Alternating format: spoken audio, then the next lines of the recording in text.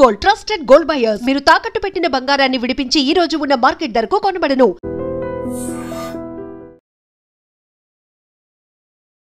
Welcome to IT news. This is Pavan. So మన శనివారం జరిగిన ఐబొమ్మ రవి అరెస్ట్ అయితే మీ అందరికీ తెలిసిన విషయమే. సినిమాకి ఒక భారీ వేల కోట్ల నష్టం కలిగించిన ఐబొమ్మ రవి కుకట్పల్లిలో అరెస్ట్ అవ్వడం జరిగింది. ఫ్రాన్స్ నుంచి ఇండియా వచ్చినప్పుడు పోలీసులు నిఘా పెట్టి రవిని అయితే ఇమ్మడి రవి అనే ఐబొమ్మ నిర్వాహకులను అయితే అరెస్ట్ చేయడం జరిగింది. ఇంకా ఐబొమ్మ రవిని అరెస్ట్ చేసిన తర్వాత షాకింగ్ నిజాలన్నీ బయటకు వచ్చాయి. అంటే ఇతడు ఎలా నడిపిస్తున్నారు, అసలు ఇతని నెట్వర్క్ ఏంటి, ఒక మూడు కోట్లున్న అకౌంట్ ని సీజ్ చేశారు, అతని హార్డ్ డిస్క్, అతని మొబైల్ మొత్తం అయితే సీజ్ చేయడం జరిగింది. ఎందుకంటే గతంలో ప్రొడ్యూసర్స్ అందరూ, సినిమాటోగ్రఫీకి సంబంధించిన ప్రొడ్యూసర్స్ అందరూ వెళ్ళి మాకు ఐబొమ్మ వల్ల చాలా నష్టం కలుగుతుంది అని చెప్పేసి కంప్లైంట్ రైజ్ చేయడంతో ఇదైతే స్టార్ట్ అయ్యింది.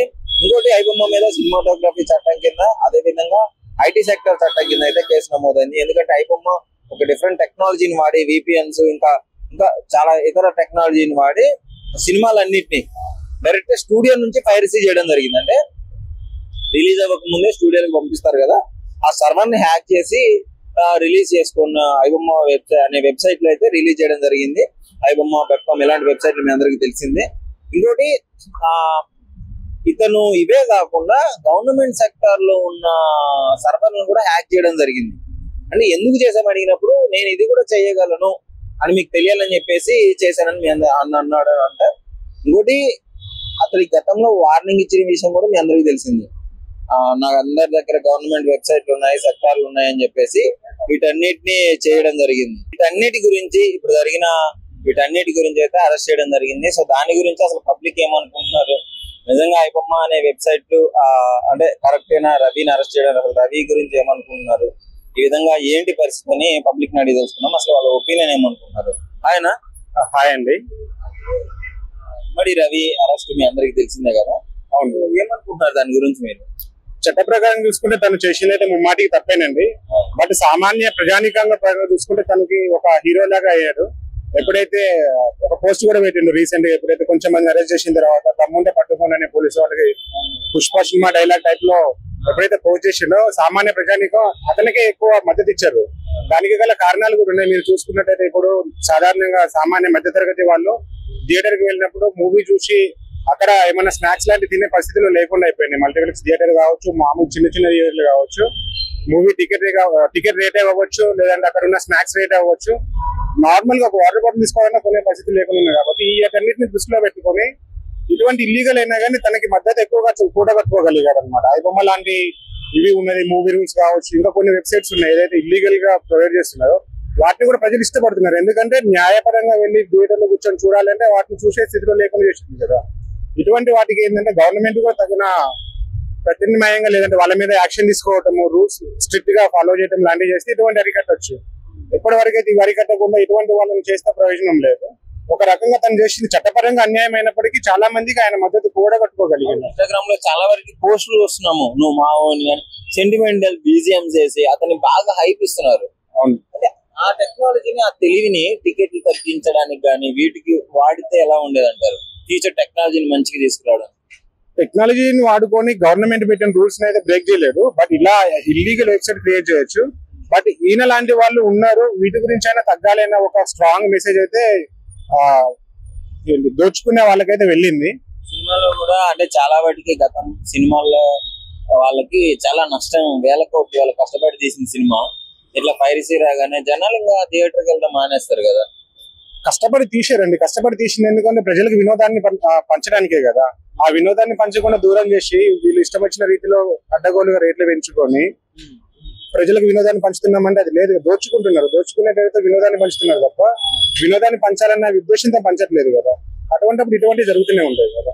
సో ఫైనల్ గా అసలు మీ ఒపీనియన్ ఏంటి దీనిపైన? ఇంకా రవికి కఠిన శిక్షలు పడే అవకాశం ఉంది అని కూడా అంటున్నారు. పడితే పడవచ్చు, కానీ అటువంటి వాళ్ళు రారు అనే నమ్మకం అయితే లేదు. గవర్నమెంట్ కూడా దాన్ని అరికట్టలేదు. ఎందుకంటే ఇప్పుడు ఇలా చూశారు కదా, ఇప్పుడు తను పట్టుకున్నా కానీ తను ఒక హీరో అయిపోయింది. చాలా వేల మందిలో కూడా, లక్షల మంది కూడా ఇప్పుడు ఎవరైతే సినీ ప్రేమికులు ఉన్నారో వాళ్ళందరి దృష్టిలో కూడా హీరో అయిపోయాడు. కానీ తనని ఎవరో అన్యాయం చేసినానో లేదంటే ఒక దొంగలాగానే చూడట్లేదు కదా. ఎందుకంటే అతని వైపు నుంచి చూసుకుంటే చట్టపరంగా అన్యాయం అయినప్పటికీ ప్రజలలో తనకి విశ్వాసం ఉంది. ఒక హీరోయిజం గా చలామణి అవుతున్నాడు. కాబట్టి ఇటువంటి అరికట్టాలంటే గవర్నమెంట్ వీటి మీద కూడా కన్నేసి ఉంచాలి. ఏదైతే అక్రమంగా దోచుకుంటున్నారో వినోదాల పేరుగా ఇంట్లో కలిసి రెచ్చగలవాలంటారు కదా, ఆ ఇంట్లో పరిస్థితులు ఎలా ఉన్నాయేమో తెలియదు. అది పూర్తి అవగాహన లేదండి, మనం మాట్లాడలేదు, నేనైతే మాట్లాడలేదు దాని మీద. నేను సోషల్ మీడియాలో న్యూస్ లో విన్నది అది.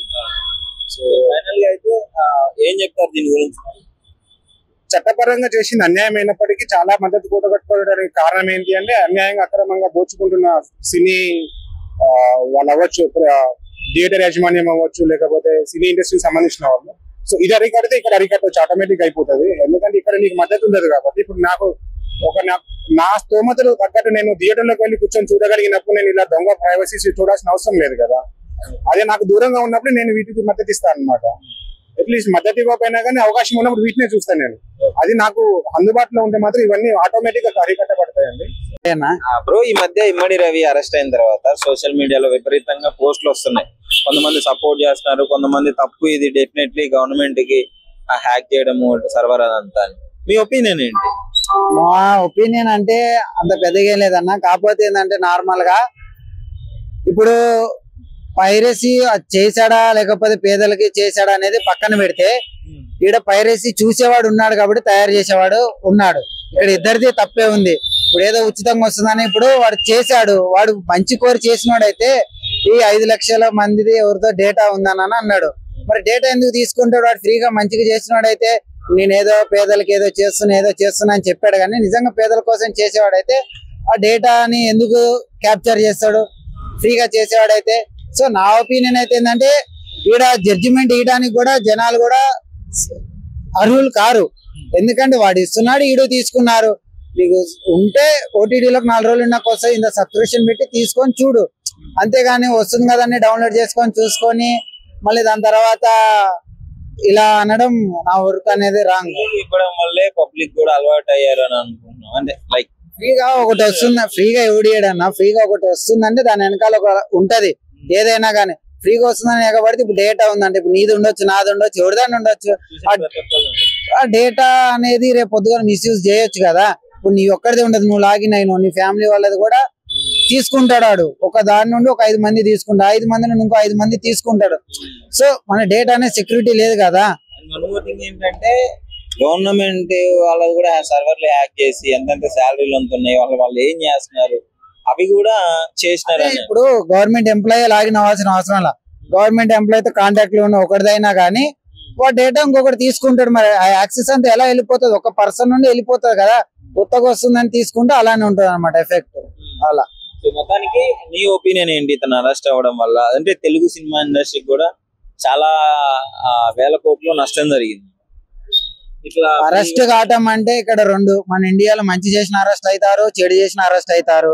మంచి చెడు అనేది మనం అనకూడదు బ్రో. ఇప్పుడు మనకు కన్వీనియంట్ ఉంటే అది మంచి, మనకు కన్వీనియంట్ లేకపోతే చెడు అని మనం అనకూడదు. ఇప్పుడు ఫ్రీగా సినిమాలు ఇస్తున్నాడు, మంచి చేస్తున్నాడు కదా, అరెస్ట్ చేయకూడదు అని అంటారు. ఇప్పుడు మంచి చేసిన వాళ్ళు అరెస్ట్ చేసినప్పుడు మీలాగా ఇలా ప్రెస్ మీట్లు పెట్టి ఇంత అవేర్నెస్ చేసిన వాళ్ళే లేరు అట్లా. సో మనం దీన్ని పెద్ద జడ్జిమెంట్ చేయాల్సిన అవసరం కూడా లేదు. అలా మొత్తానికి ఇది నీ ఒపీనియన్. అవును bro. Thank you. Hi bro. Hi bro. IBomma Ravi arrest అయ్యాడు కదా, దానిపైన మీ ఒపీనియన్ ఏంటి? అసలు ఏమనుకుంటున్నారు దాని గురించి? యాక్చువల్లీ ఐబొమ్మ నుంచి నార్మల్ గా పూర్ ఫిల్మ్స్ అయితే చాలా బెటరే. ఎందుకంటే మూవీస్ కి వెళ్ళి థియేటర్స్ కి వెళ్ళి అమౌంట్ ఖర్చు పెట్టుకుని చూసేదానికన్నా ఫ్రీ వస్తుంది కాబట్టి బెటర్. ఇంకోటి ఏమంటే దాన్ని అరెస్ట్ కావడం ఒకటి ప్లస్, 2 మైనస్ 2 ఉన్నాయి.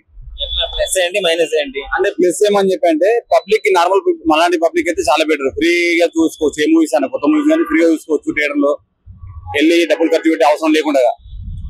మైనస్ ఏమని చెప్పంటే దాని నుంచి కొంచెం ఏదో మన గవర్నమెంట్ సంబంధించి కూడా కొన్ని వెబ్సైట్స్ యాక్ట్ చేసినట్టు కదా. వెబ్సైట్ హ్యాక్ చేశారు, పైగా ఇది ఇల్లీగల్ కదా. ఫ్రీగా అంటే ఇట్లా థర్డ్ పార్టీ సైట్స్ లో మూవీస్ చూడరు, ఇల్లీగలే కానీ అదే ప్లస్ అండ్ మైనస్ చెప్తున్నా. ప్లస్ ఏమంటే పబ్లిక్ అయితే నార్మల్ పబ్లిక్ అయితే ప్లస్, గవర్నమెంట్ కి వెబ్సైట్ కి సంబంధించి యాక్ట్ చేసిన కూడా మైనస్ కావచ్చు. అన్యాయం. యాక్చువల్ గా ఆ వీడియో స్టన్ అయిపోయినా నేనైతే. ఏంద్ర బాబు మరి శివాజీ మూవీస్ ఇన్స్పైర్ అయిందా లేకుంటే ఏమనేది అర్థం కావట్లేదు నాకు అసలుకి. కానీ నాకైతే ఒక రకంగా అయితే బాధ అనిపిస్తుంది. పబ్లిక్ లో కూడా గవర్నమెంట్ అంటే తప్పు చేసింది, వేల కోట్లు నష్టం సినిమా ఇండస్ట్రీకి, అయినా కూడా పబ్లిక్ సపోర్ట్ చేస్తుంది, కొంచెం హైప్ ఇస్తుంది, సెంటిమెంటల్ గా రీల్స్ పెడుతుంది ఆయన మీద. ఇంకోటి బ్రదర్, పబ్లిక్ మెయిన్ మైనస్ ఏమంటే థియేటర్ కి వెళ్తే 200 రూపీస్ టికెట్ ఇస్తుంటాం కానీ ఆ టికెట్ ఇస్తున్న లోపల స్నాక్స్ 500,000 రూపీస్ పెట్టాలి.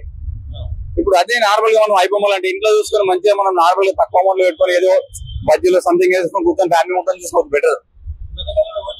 ఓటీ కూడా బాగా వెళ్ళిపోయినాం కదా, అందుకోసం కొంచెం మైనస్. కానీ ఒకటి బ్రదర్ కంపల్సరీ చెప్తా, ప్రతి మోగానికి విజయం ఆడేది ఉంటుంది కదా, ఓటమి ఆడేది ఉంది బ్రదర్. ఇప్పుడైతే మరి ఐబొమ్మ మీద ఎందుకంటే ఇంట్రెస్ట్? మూవీస్ ఉన్నాయి, ఫర్ మూవీస్ అని ఇట్లాంటి థర్డ్ పార్టీ వెబ్సైట్స్ ఇంకో కొన్ని ఉన్నాయి, బట్ అన్నిటిని ఎప్పుడో వచ్చాయి, ఐబొమ్మ కంటే ముందే వచ్చాయి. కానీ ఐబొమ్మ మీద ఎందుకు ఇంత ఇంట్రెస్ట్ గవర్నమెంట్? ఇప్పుడు ముందు వచ్చిన విషయం చాలా వరకు చాలా మందికి తెలియదు. ఐబొమ్మ అంటే బాగా పాపులర్ అయింది, కొంచెం మైండ్ లో సెట్ అయిపోయింది. ఐబొమ్మ అనేది ఒక నార్మల్ గా ప్రతి అంటే 100లో ఒక 80% పబ్లిక్ తెలిసిపోయింది కాబట్టి కొంచెం పాపులర్ మైండ్ లో సెట్ అయిపోయింది. ఇప్పుడు మిగతా ఉన్న మూవీ రోజు ఇలాంటి వెబ్సైట్స్ కూడా ఒక వార్నింగ్ లాగా తీసుకోవచ్చు, అది తీసుకోలేదు కంపల్సరీ తీసుకోవాల్సింది. ఎందుకంటే ఇప్పుడు ఆల్రెడీ అరెస్ట్ అయింది కాబట్టి వాళ్ళు కూడా ఆల్రెడీ అయిపోతారు. మరి రవి అరెస్ట్ అయినందుకు మీకు బాధగా ఉందా, హ్యాపీగా ఉందా? అంటే లైక్ యాక్చువల్ గా టెండర్ ఫీలింగ్ అయితే బాధనే ఉంది బ్రదర్. నాకు నెక్స్ట్ టైం ఏం జరుగుతుంది చూసుకోవాలి. చాలా గట్టిగా పడే అవకాశం ఉందంటారా? కఠినంగా నాకు తెలిసి వెబ్సైట్స్ కొన్ని యాక్ట్ చేశారు కాబట్టి శిక్ష బాగానే ఉంటుంది బ్రదర్. ఆయనకైతే గవర్నమెంట్ వెబ్సైట్స్ కూడా యాక్ట్ చేశారు కదా, అందుకోసం చెప్తాను గవర్నమెంట్ వెబ్సైట్స్ యాక్ట్ చేసింది కాబట్టి కొంచెం శిక్షలు బాగానే ఉండొచ్చు అనిపిస్తుంది. కానీ ఢిల్లీ రీతి ఏంటి బాగుంటుంది బ్రదర్ మా అలాంటి వాళ్ళకి. Hi bro. యాక్చువల్లీ ఐబొమ్మ నిర్వాహకులు అరెస్ట్ చేశారు కదా ఇమ్మడి రవిని, సో ఏమనుకుంటున్నావు దాని గురించి? యాక్చువల్లీ అదైతే పబ్లిక్ లో అట్లా చేయడం అయితే కరెక్ట్ కాదు. బట్ వీళ్ళ దగ్గర అయితే అందరి దగ్గర డేటా అయితే ఉంది. అందరూ ఐబొమ్మని ఇప్పుడు ఎందుకు ఇట్లా చేస్తున్నారంటే ఎక్కువ మంది సినిమాకి ఎక్కువ ప్రైస్ ఎక్కువ అయిపోవడం వల్ల అందరూ ఐబొమ్మకి అడిక్ట్ అయిపోయారు, ఆన్లైన్ వల్ల ఇట్లా అడిక్ట్ అయిపోయారు. సో ఇది కూడా దృష్టిలో ఉంచుకొని సినిమా టికెట్లు తగ్గిస్తే మేబీ ఆయన చేసిన కరెక్ట్ తప్పు, కానీ ఎక్కువ మంది సపోర్ట్ కూడా ఇప్పుడు ఆయన వైపే ఉంటుంది. సో అది టికెట్ల రేట్లు కూడా కొద్దిగా చూసి ఇట్లా తగ్గిస్తే అది కొద్దిగా బెటర్ గా ఉంటుంది. సోషల్ మీడియాలో విపరీతంగా లేపుతున్నారు హీరో అని చెప్పేసి. ఆయన చేసింది అయితే తప్పే, బట్ ప్రభుత్వానికి ఈ రకంగా అయినా ఆయన ఒక రకంగా హెచ్చరిక లాగా చెప్పి ఇట్లా చేయడం కూడా కరెక్టే అనుకుంటున్నాను నేను. ఆగిపోయింది కదా, మరి ఇలాంటి వెబ్సైట్స్ ఇంకా చాలా ఉన్నాయి. మూవీ రోజు వాళ్ళని చూసుకుని మిగతా వాళ్ళు కూడా వస్తారు కదా, అక్కడితో ఆగిపోయేది కాదు కదా. ఇప్పుడు మెయిన్ ఏంటంటే దీని కాజ్ ఎక్కడ ఉందంటే టికెట్ ప్రైస్ ఎవరైతే తగ్గిస్తారో అంటే తగ్గించి సినిమాకి వచ్చేటట్టు చేస్తే ఇట్లాంటివన్నీ తగ్గుతాయని నా ఒపీనియన్. ఐబొమ్మ కంటే ముందు చాలా మూవీస్ ఉన్నాయి, 4 మూవీస్ అని, మూవీ రోజు కానీ, వాటిని ఎందుకు టార్గెట్ చేయలేకపోతున్నారు? హైయెస్ట్ అంటే ఇది హెచ్డి క్వాలిటీలో వస్తుంది, వాళ్ళు అంత ప్రింట్ లో ఇవ్వకపోయినా ఇది ఇంకా ఎక్కువగా ఉంటుంది కదా. కూడా వార్నింగ్ ఇవ్వడము, నన్ను ఎవరో పట్టుకోలేరు, మీ గవర్నమెంట్ మొత్తం నేను యాక్ట్ చేస్తున్నాను. అవునవును, అది కూడా కరెక్ట్ కాదు. బట్ ఏంటంటే ఈ రకంగా అయినా పోలీసులు కానీ లేకపోతే సినిమా ఇండస్ట్రీ వాళ్ళు కానీ తెలుసుకుంటారు. ఇట్లా సినిమా టికెట్లు పెంచడం వల్ల సినిమా థియేటర్లకు ఎవరు రారని కూడా వాళ్ళకి అర్థం కావాలని ఇది ఒక గుణపటం లాగా అనుకోవాలి. అంటే వేల కోట్లు కూడా పాపం ప్రొడ్యూసర్స్ నష్టపోవడం నష్టపోతున్నారంటే మరి పబ్లిక్ విషయానికి వస్తే మరి వాళ్ళు కూడా నష్టపోతున్నారు కదా. ఇంత సినిమా రేట్లు టికెట్లు పెట్టేసేసి ఒక్క రోజుకి 15,000 1,500 ఇట్లా 2,000 ఇట్లా చెప్తే ఇట్లా కష్టం కదా. సో అది కూడా కరెక్ట్ కాదు. వీళ్ళు ప్రభుత్వం చర్యలు తీసుకునే దాన్ని బట్టి సినిమా టికెట్లు కూడా తగ్గించి సినిమాకి వచ్చేటట్టు ఉంటేనే ఇట్లాంటివన్నీ తగ్గుతాయి. ఇప్పుడు ఎప్పుడైనా ఎవరైనా ఓటీటీకి అడిక్ట్ అయిపోయారు, ఇంట్లోనే కూర్చుని మళ్ళీ ఇంతమంది క్రౌడ్ లో.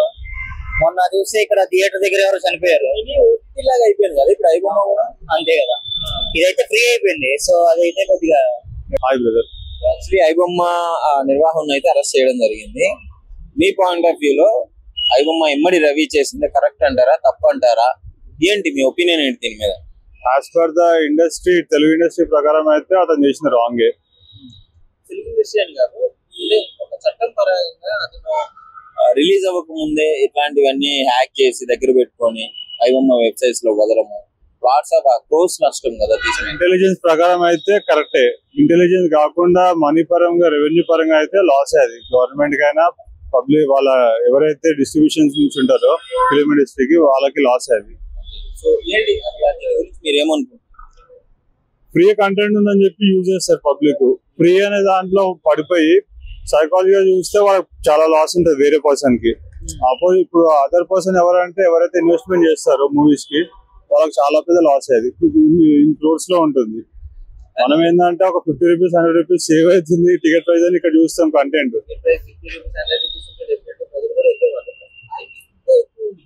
200-300 ఉంటాయి మల్టీప్లెక్స్ లో. సో అక్కడ చూస్తే మాత్రం మీకు ఇక్కడ బెనిఫిట్ అనిపిస్తుంది, కానీ ప్రొడ్యూసర్స్ కి డిస్ట్రిబ్యూటర్స్ కి లాస్ అది చాలా వరకు. ఓకే, కానీ ఇన్స్టాగ్రామ్ లో ఫుల్ హైప్ ఇచ్చేస్తున్నారు. అంటే మనోడు చేసింది కరెక్టే అని చెప్పేసి సెంటిమెంటల్ బీజిఎంస్ వేసి అన్న నువ్వు మా ఓడివి అని ఓన్ చేసుకుంటున్నారు ప్రతి ఒక్కళ్ళు. వాళ్ళోడు అంటే రెవెన్యూ జనరేట్ అవుతుంది వాళ్ళకి, దేనికి వాళ్ళోడు అంటే వాళ్ళ కంటెంట్ వస్తుందా దేనికి? కంటెంట్ ఇచ్చాడు ఆర్గానిక్ గా వచ్చేదే జెన్యున్ కంటెంట్. అంటే ఆర్గానిక్ గా రాంది ఏదైనా రెవెన్యూ జనరేటింగ్. వాడేదో వ్యూస్ కోసమో ఛానల్ కి సబ్స్క్రైబ్ పెడతారు అన్న చేస్తుంది, కానీ అది జెన్యున్ కాదు. అది నా ఒపీనియన్ ప్రకారం జెన్యున్ కాదు. యాజ్ ఏ ఇండస్ట్రీ లవర్ గా నేను చెప్పేది ఏంటంటే అది లాస్ అయింది చాలా వరకు. అంటే లాస్ ఆ ప్రాఫిట్ పక్కన పెడితే అది కరెక్టా రాంగ్, అతనికి ఎలాంటి శిక్షలు పడాలనుకుంటారు మీరు చెప్పండి. శిక్ష అంటే మనము చేయడానికి జడ్జి, మనమైతే లీగల్ పరంగా మనమైతే లాయర్స్ కాదు కాబట్టి అతను చేసిన అయితే రాంగ్. అది ఏం చెప్తారు సినిమా ఇండస్ట్రీ మొత్తం ఒక మంచి సక్సెస్ లాగా ఫీల్ అవుతుంది, దీన్ని మనకి ఏ బాధ లేదు. చిన్న మూవీస్ ని మీరు ఎప్పుడు సేఫ్ గార్డ్ చేయాలంటే ఇట్లాంటి వెబ్సైట్స్ ఎప్పటికైనా తీసేయాల్సిందే, వీళ్ళకి పర్మిషన్ రాకుండా చేయాల్సిందే. వీళ్ళ ఇంటెలిజెన్స్ ఏదైతుందో జెన్యున్ గా వేరే వాటికి కాంపిటేటివ్ ఉండడానికి పెట్టాలి తప్ప ఇట్లాంటి వాటికి రెవెన్యూ జనరేటింగ్ పెడితే లాస్. అది పబ్లిక్ కే లాస్. అది ఎందుకంటే నెగిటివ్ వైపు కి మనము ఫేస్ చేస్తున్నట్టు, అది నెగిటివ్ వైపు కి వాళ్ళకి ఎంకరేజ్ చేస్తున్నట్టు, పాజిటివ్ గా రాదు. ఇది వాళ్ళకి ఏం చెప్తారు జనరల్ గా ఇన్స్టాగ్రామ్ లలో సోషల్ మీడియా పేజెస్ లలో, లైక్ మీ ఒపీనియన్ ఇప్పుడు వాళ్ళు ఎంకరేజ్ చేస్తున్నారు, మాకు ఫ్రీగా మూవీస్ ఇచ్చాడు ఎన్ని రోజులు ఇప్పుడు అరెస్ట్ అయ్యాడు, నా మీద కామెంట్స్ వస్తాయి, నువ్వు ఇప్పుడు బేర్ చేయలేవు కదా, నేను బేర్ చేయాలి, నాకు సంబంధం లేదు, ఇదైతే రాంగ్ అంతే. నిజంగా ప్రస్తుతం ఉన్నటువంటి సమాజం దేనికి ప్రయారిటీ ఇస్తుంది? ఆర్థిక సంబంధాల చుట్టూ మాత్రమే తిరుగుతుంది. మళ్ళీ ఎన్నికలంగానే చాలా విరక్తి కలుగుతాను. మంచి అనిపిస్తుంది కదా, లేడీస్ కూడా ఛాలెంజింగ్ జాబ్స్ చేసినప్పుడు చాలా బాగుంటది. ట్రాఫిక్ అసిస్టెంట్స్ గా నియమించిన ట్రాన్స్జెండర్స్ అందరితో సాల్యూట్ చేయించుకుంటున్నారు. ఫుడ్ డెలివరీ ఇవ్వటానికి వెళ్ళినటువంటి డెలివరీ బాయ్ అనిల్ పై కళ్ళ ముందు పెళ్ళండి